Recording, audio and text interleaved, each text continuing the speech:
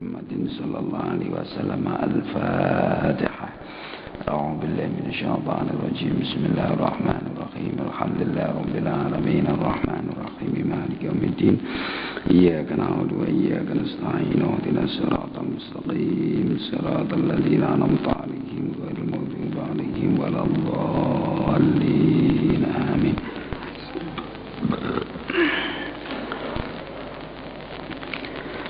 Bismillahirrahmanirrahim. Alhamdulillah Rabbil Alamin.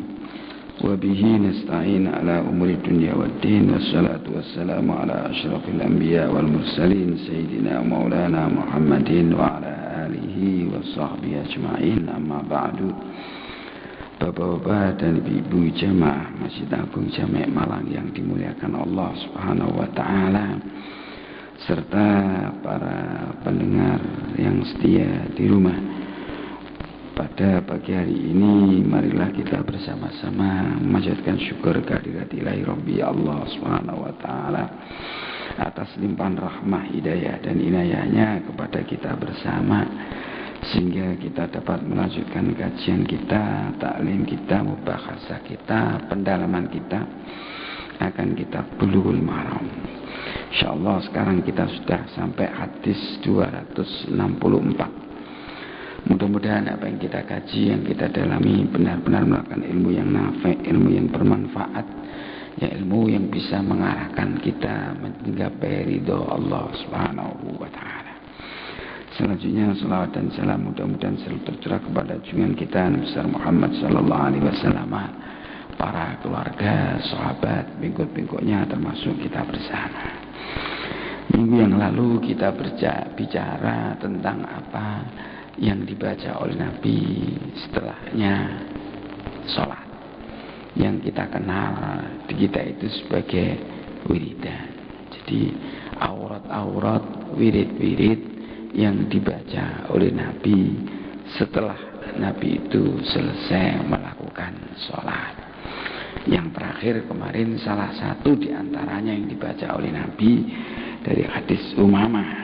Ini beliau itu selalu membaca, beliau pernah mengatakan di terakhir itu, barang siapa baca ayat kursi setelahnya selesai sholat wajib, maka tidak akan mencegah dia masuk surga kecuali kematian.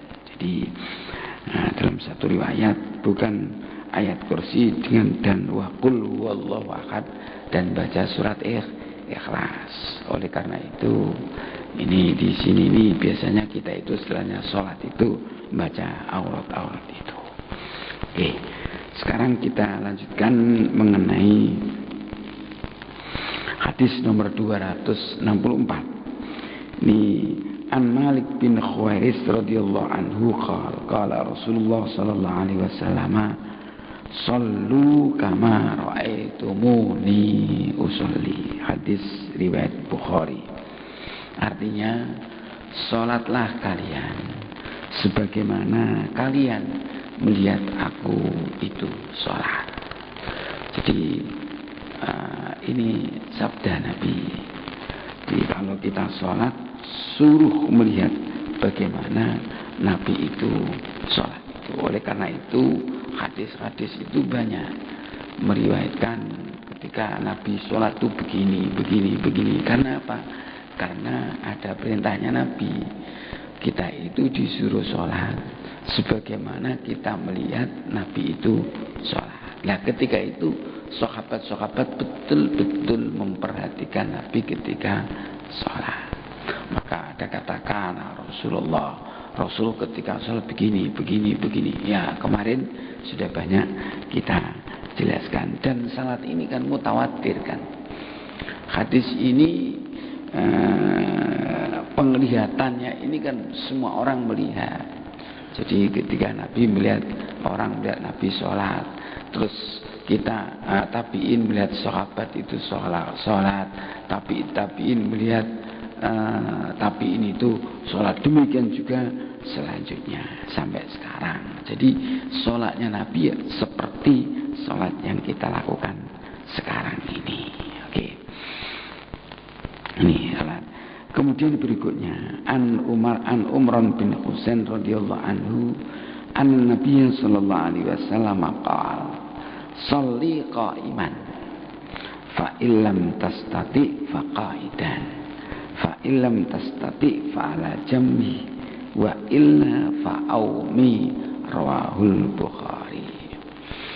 Ini dari Umran, beliau mengatakan bahwa Rasulullah pernah bersabda gini, sholatlah kamu berdiri, kalau tidak berdiri duduk, kalau tidak duduk sungguh-sungguh sambil tiduran, kalau sudah tidak bisa wa illa fa'aumi, cukup pakai isyarah. Ini menunjukkan apa?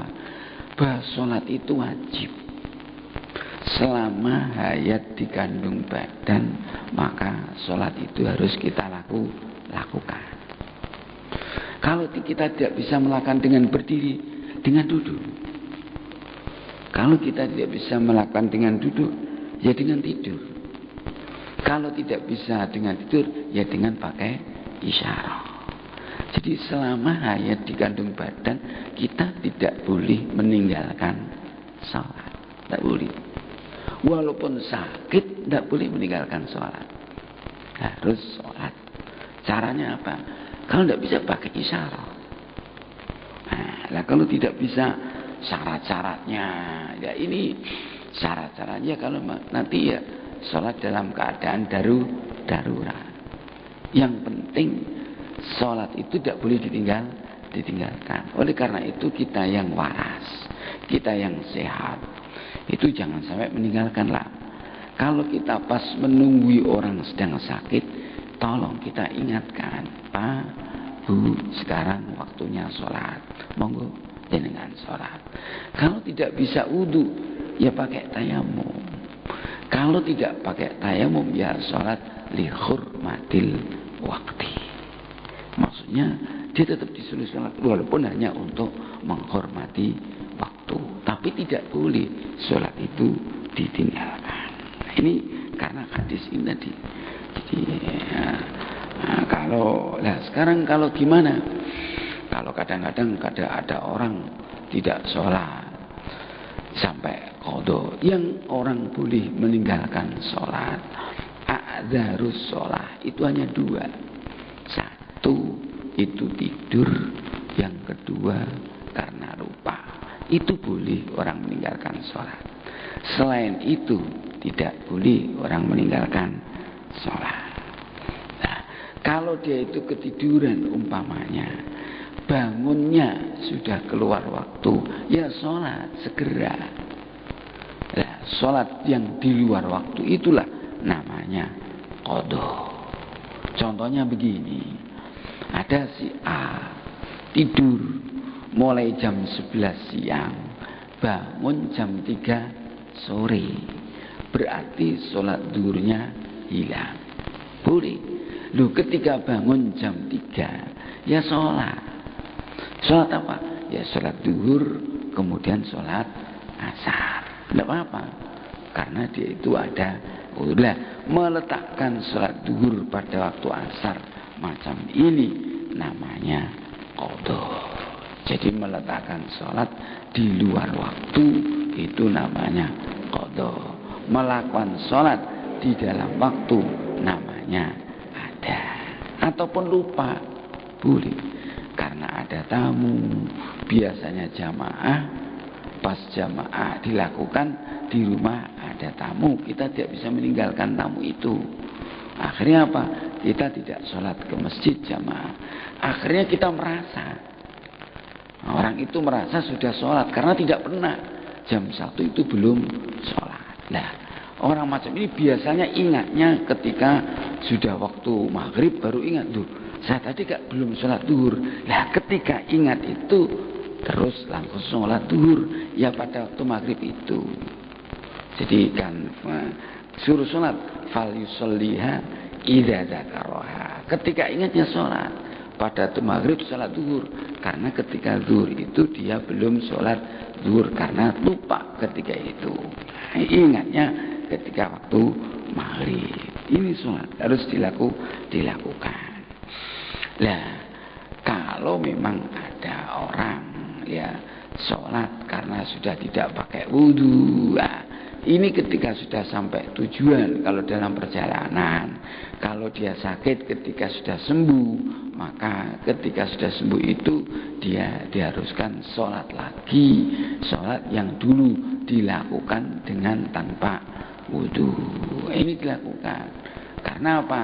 Dulu sholatnya tidak memenuhi syarat. Kenapa kok dilakukan? Karena dia pada waktu itu memang terpaksa harus melakukan macam itu. Nah, ini harus, ini boleh melakukan macam itu. Nah, tujuannya apa kok ada sholat hurmatil waktu macam itu?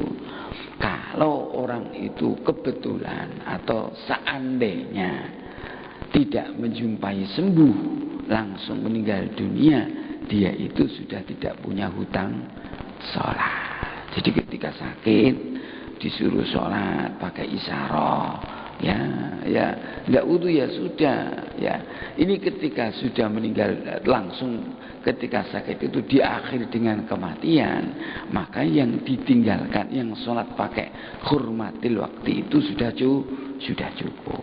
Nah ini tidak usah dikodoni lagi ya, oke. Karena dia sudah tidak sudah tidak menemui kehidupan lagi. Oh, ini. Nah, tadi kan suruh isyarah, suruh duduk, suruh pakai tiduran. Ini kalau bisa berdiri. Ini khusus sholat wajib. Kalau sholat sunnah, ini kalau dia itu mampu berdiri, boleh sholat dengan duduk. Tetapi kalau sholat wajib, tidak boleh. Selama dia mampu berdiri, maka dia tidak boleh sholat dengan duduk. Dia boleh, seseorang baru boleh sholat duduk manakala tidak mampu berdiri. Ini khusus untuk sholat wajib. Kalau sholat itu sunnah, boleh. Dia itu mampu berdiri, dia sholat hanya dengan duduk, itu enggak apa-apa, cuma pahalanya separuh. Nah, kalau bisa kan ya kita ini ya berdirilah ini. Nah, kenapa kok macam itu? Ya karena Allah tidak memaksakan. Firman Allah, la yukallifullahu nafsan illa wus'aha. Ya sesuai dengan kemampuan lah.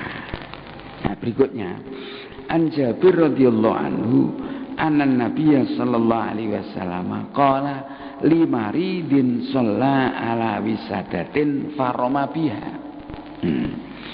Ini dari Jabir radhiyallahu anhu, bahwa Nabi itu pernah berkata kepada seorang yang sakit. Yang orang sakit itu sholat, ketika sujud itu beralaskan ini bantal.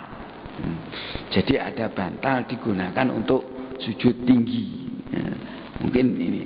Terus oleh Nabi bantal itu dilempar bantalnya itu. Lantas Nabi mengatakan, sholli alal ardi inistata'ta. Ya sujudlah kamu ke tanah kalau kamu mampu. Wa illa fa'aumi ima'an. Kalau tidak mampu ya pakai isyarah, tidak usah diganjel. Ya. Jadi seandainya kita sholat karena mungkin untuk sujud itu sakit, karena mungkin pusingnya bukan kepalang, terus diganjel. Enggak boleh diganjel itu. Kalau tidak, kata Nabi, ganjelnya itu pernah dilempar oleh Nabi itu. Padahal orang itu orang sakit. Lantas Nabi mengatakan, suruh sholat sampai di mana Anda kamu sujud pada tanah, sampai kalau kamu mampu. Kalau tidak, ya tidak usah sujud.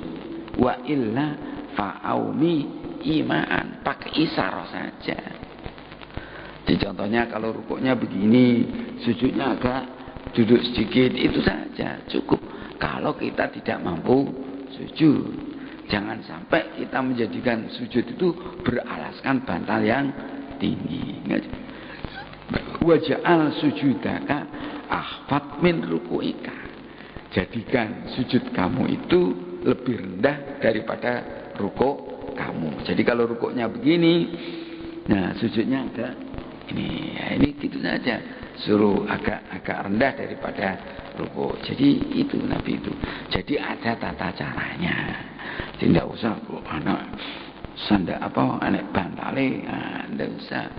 Karena Rasul mengatakan la yukallifullahu nafsan illa wus'aha. Itu pentingnya sholat.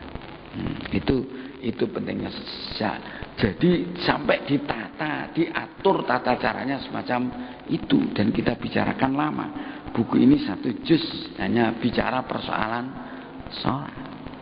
Hampir hanya thaharah dan sholat. Karena pentingnya persoalan sholat itu. Ini juga menginjak hadis nomor 268. Ini juga ada bab baru, tapi juga masih menjelaskan persoalan sholat, yaitu bab sujudus sahwi, sujud karena lupa. Sujud itu kan ada macam-macam ya. Ada sujud yang sujud wajib, itu sujud pada waktu sholat. Ada sujud itu syukur, ketika orang mendapatkan suatu kenikmatan, lantas dia sujud. Sujudnya sujud syukur. Ada sujud tilawah. Sujud tilawah itu ketika membaca ayat, terus ayat itu ada tulisannya as-sajdah, maka orang itu disuruh sujud. Ada sujud namanya sujud sahwi. Sujud sahwi itu ketika orang itu lupa melakukan, atau di dalam sholat lupa melakukan sunnah hayat, sunnah ab'ad. Ini dia disunahkan untuk sujud sahwi. Nah, caranya bagaimana? Nah, caranya sujud syukur dulu, kalau sujud sholat biasa, dan sujud tilawah. Ini posisi kita duduk. Posisinya orang itu duduk menghadap kiblat. Ya, karena sujud ini termasuk hayatus sholat, maksudnya pekerjaan yang ada pada sholat. Maka seorang yang sujud itu biasanya caranya dimulai dengan takbiratul ihram. Jadi Allahu Akbar, takbiratul ihram lagi, terus Allahu Akbar langsung sujud, terus Allahu Akbar lagi, kemudian diakhiri dengan salam, assalamualaikum, assalamualaikum. Jadi makanya sujud itu termasuk af'alus sholat ya. Ini kan af'alun muftatahatun bitakbir wa muhtatamatun bitaslim. Takbir dulu, takbiratul ihram, kemudian berhenti sebentar, terus takbir untuk sujud, kemudian takbir untuk berdiri, baru salam. Untuk sujud tilawah sama, sujud syukur sama, itu sujudnya hanya sekali. Nah, jadi akhirnya salam. Saya pernah itu ada orang ngajak jamaah sujud syukur. Jadi setelahnya sujud Allahu Akbar, itu terus nggak diakhiri dengan salam. Nah, ini kan tidak ada. Akhirnya gimana? Jadi Allahu Akbar langsung terus bicara, kan tidak enak. Jadi dulu itu kalau yang ngajari guru-guru saya itu takbir, sujud, terus assalamualaikum, assalamualaikum. Jadi diawali dengan takbir dan diakhiri dengan salam. Sujud tilawah juga macam itu. Contohnya Iqra ya, wasjud waqtarib, Allahu Akbar. Ya, ini takbir itu Allahu Akbar, sujud Allahu Akbar, langsung assalamualaikum, assalamualaikum. Itu kalau sujud tilawah dan sujud syukur. Kalau sujud sahwi, ini sujud yang dilakukan karena lupa. Nanti hadisnya banyak ini. Hadisnya banyak. Ya, lupa apa? Lupa ini macam-macam. Ya, mungkin meninggalkan sunnah. Di dalam sholat itu sunnah itu ada dua. Ada sunnah hayat, ada sunnah ab'ad. Sunnah hayat itu sunnah, Tapi ketika orang itu meninggalkan, dia tidak disunahkan sujud sahwi. Contohnya apa? Banyak. Contohnya mengangkat tangan ketika takbiratul ihram. Jadi mengangkat tangan ketika takbiratul ihram itu sunnah, tapi sunnahnya sunnah hayat. Terus ada takbir intikal, mau ruku, ini kan Allahu Akbar, ini ada takbir, itu juga hukumnya sunnah hayat. Terus ketika angkat tangannya itu juga sunnah hayat. Itu kalau ditinggalkan. Kalau ada seorang musolli tidak melakukan itu, maka dia tidak disunahkan untuk sujud sahwi. Contoh yang gampang, ketika ada imam sholat Idul Fitri atau sholat Idul Adha, itu setelahnya takbiratul ihram disunahkan takbir 7 kali untuk rakaat pertama, rakaat kedua takbir 5 kali. Ini seandainya ada imam itu lupa, tidak melakukan takbir, ya tidak apa-apa, tidak usah diganti dengan sujud sahwi. Ketika dia imamnya sudah masuk Fatihah, makmumnya bilang subhanallah, imamnya tidak usah mengulangi takbir, tidak usah, langsung aja baca Fatihah. Karena apa? Fatihah itu termasuk rukun. Jadi kalau seseorang itu sudah masuk terhadap ke rukun, maka sunnah yang sebelumnya sudah gugur, tidak mendapatkan kesunatan. Sama halnya dengan kita ketika sholat wajib, kita disunnahkan doaul iftitah, kabira walhamdu, atau inni wajjahtu, atau Allahumma ba'id. Itu namanya doaul iftitah. Itu sunnahnya termasuk sunnah hayat. Ketika kita habis takbir sudah baca bismillahirrahmanirrahim, itu kita sudah kesunatan doaul iftitah sudah gugur, karena bismillah itu ayatun minal Fatihah. Jadi enggak mesti kulu amrin lagi dimulai Fatihah jadi Allah Akbar bismillahirrahmanirrahim kabira. Tidak mesti sesuatu itu diawali dengan bismillah.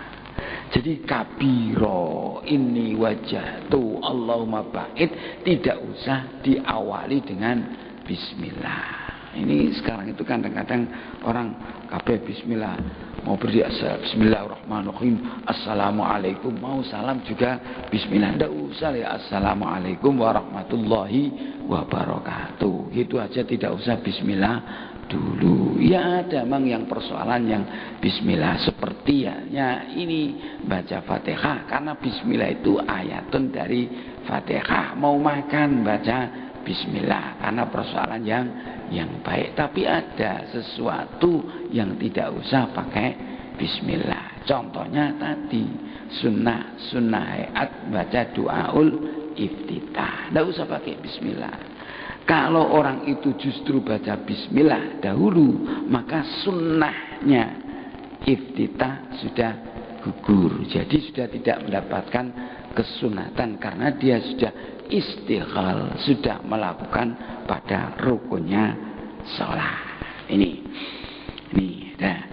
lah sunnah hayat itu kalau ditinggalkan tidak usah sujud sahwi, tidak usah. Yang disunahkan ketika meninggalkan itu sujud sahwi, itu sunnah ab'ad. Contohnya apa? Sunnah ab'ad itu yang mengatakan ulama ini. Nah, contohnya tahiyat awal. tahiyat awal. Duduknya tahiyat awal. Ya mesti aja masa wis duduk enggak tahiyat. Duduknya tahiyat awal, dan tahiyat awal termasuk sunnah ab'ad. Kunut salat subuh. Ini juga termasuk sunnah ab'ad. Itu kalau ditinggalkan maka seseorang disunnahkan sujud sahwi. Ini sunnah yang ditinggalkan. Nah, ini salah satu contoh ini. Hadis an Abdullah bin Bukhainah, dari Abdullah bin Bukhainah. Jadi nama Arab itu ini ya, Bukhainah radhiyallahu anhu. Anna Nabiyya sallallahu alaihi wasallam shalla bihim az-zuhra. Nabi pernah mengimami sahabat salat zuhur. Faqama fi raqatil ulayaini. Maka Nabi berdiri pada kedua rakaat yang pertama. Jadi ini walam yajlis, beliau tidak duduk untuk tahiyat awal. Jadi rakaat pertama berdiri, rakaat kedua berdiri lagi, tidak tahiyat awal. Faqaman nasu ma'ahu. Kemudian orang-orang ikut Nabi ini. Hatta idza qadus shalah, sehingga ketika orang-orang sudah menyelesaikan sholat, maksudnya sudah baca tahiyat akhir, wantadharon nasu taslimahu, orang-orang ini menanti Nabi itu salam. Ternyata Nabi tidak salam. Kabbara wa huwa jalis. Nabi kemudian takbir pada posisi duduk. Wa sajada sajdataini, dan kemudian Nabi sujud 2 kali qabla ayyusallima, sebelum Nabi salam, summa salama, kemudian Nabi salam. Nah, ini orang dari hadis ini Nabi tidak melakukan tahiyat awal, tapi diganti dengan sujud sahwi. Sujudnya 2 kali. Ditakbir, sujud, sajad subhana man la yanamu wa la yasu 3 kali, terus Allahu akbar ya rabbi ighfirli, atau tidak ya subhanallah alhamdulillah, doa. Pokoknya doanya duduk di antara 2 sujud ya rabbi ighfirli, terus sujud lagi subhana man la yanamu wa la yasu, terus Allahu akbar, baru assalamualaikum. Nah, cuma dari ini ada perlu yang kita perhatikan. Pertama begini, dilihat dari ini makmumnya tadi kan menanti Nabi. Jadi menanti salamnya Nabi. Ketika Nabi berdiri, rakaat kedua ini makmumnya juga ikut berdiri. Jadi ketika imam itu tidak melakukan sunnah ab'ad, itu makmum wajib mengikuti imam. Jadi mutaba'atul imam, mengikutinya makmum kepada imam itu hukumnya wajib. Sedangkan melakukan sunnah ab'ad itu hukumnya sunnah.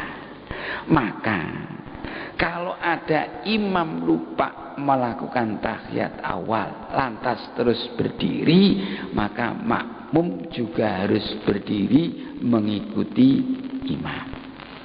Nah, ketika makmumnya itu bilang subhanallah, lah imamnya sudah dalam posisi berdiri tegak, maka imam tidak boleh kembali untuk melakukan tahiyat awal. Karena apa?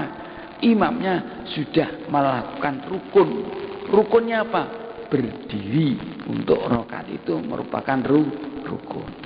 Jadi seorang yang sudah istighal, sudah melakukan persoalan yang wajib, itu tidak boleh ditinggalkan gara-gara melakukan persoalan yang sunnah. Jadi kalau sudah posisi berdiri, walaupun subhanallah tetap aja berdiri.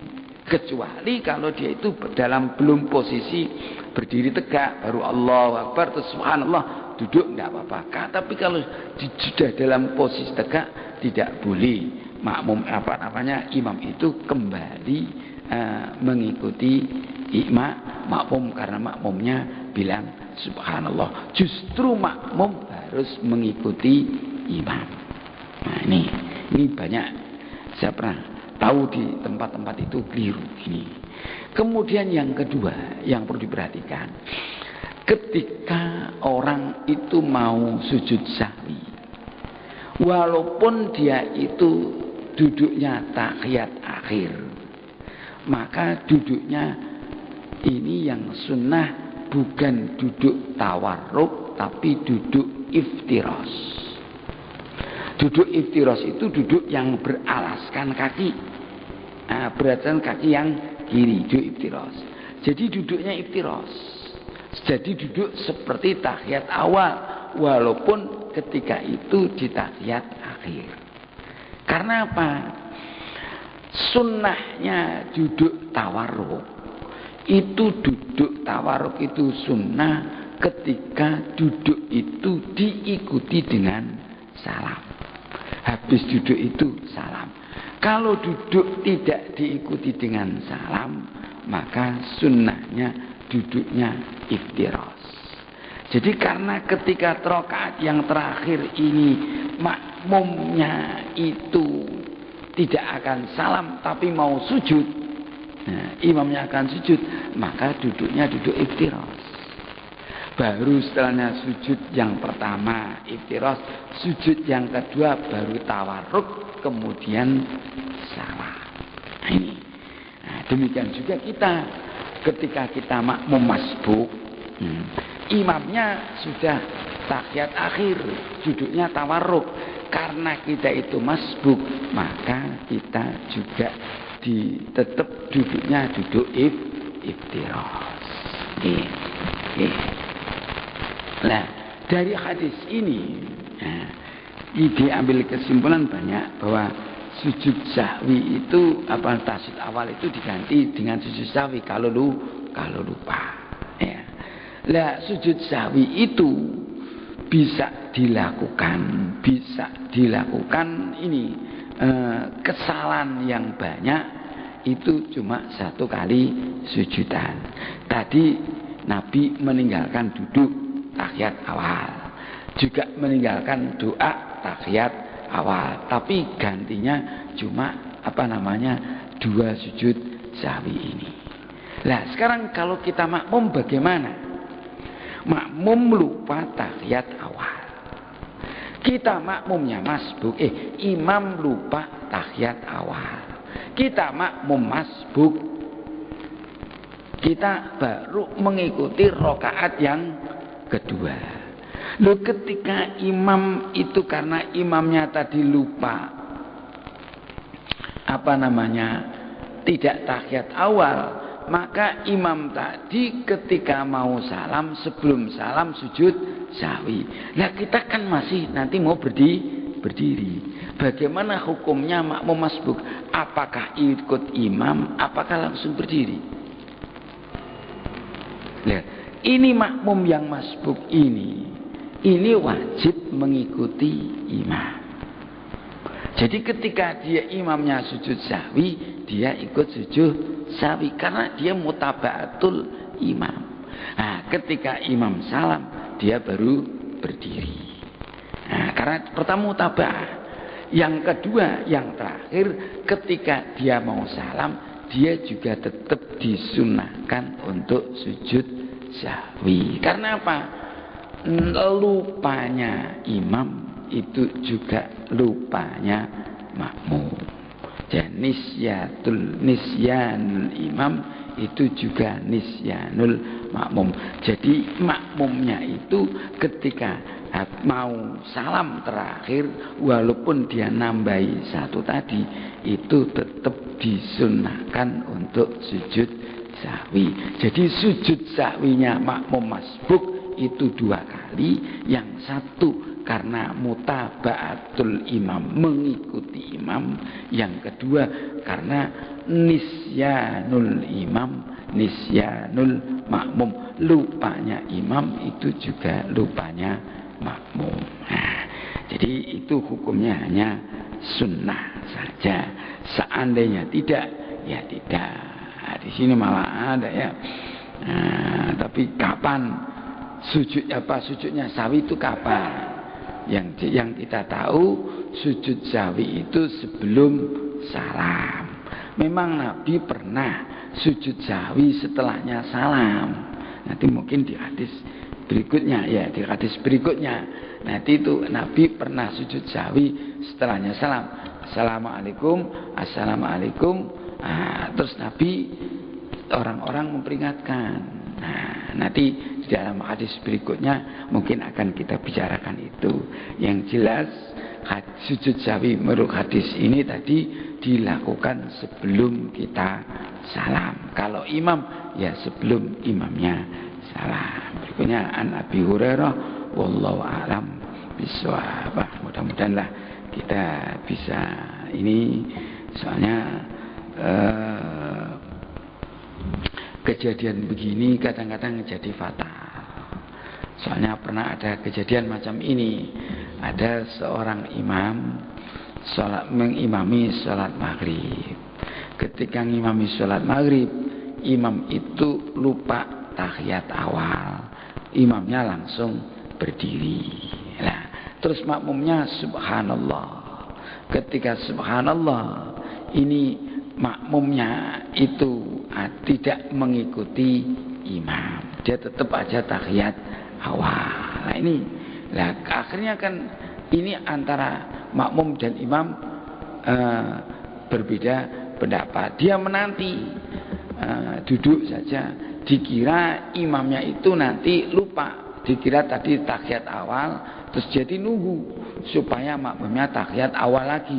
Ternyata makmumnya langsung sujud, langsung tahiyat akhir, langsung salam. Makmumnya itu bingung. Ya karena tidak tahu. Jadi makmum itu kalau tidak tahu sebaiknya ikut imam saja.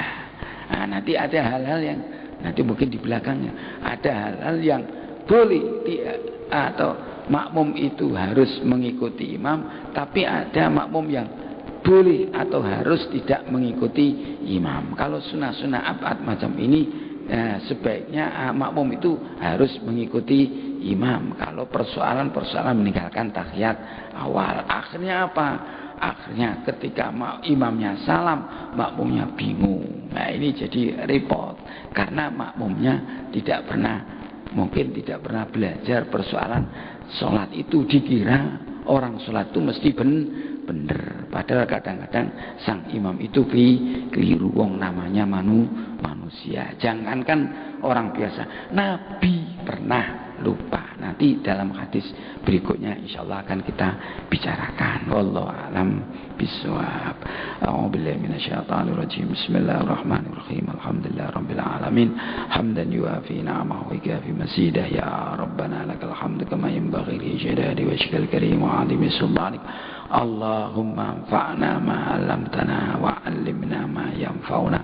Allahumma arzuqna fahman nabiyyin wa hifdzal mursalin wa ilhama malaikatikal muqarrabin.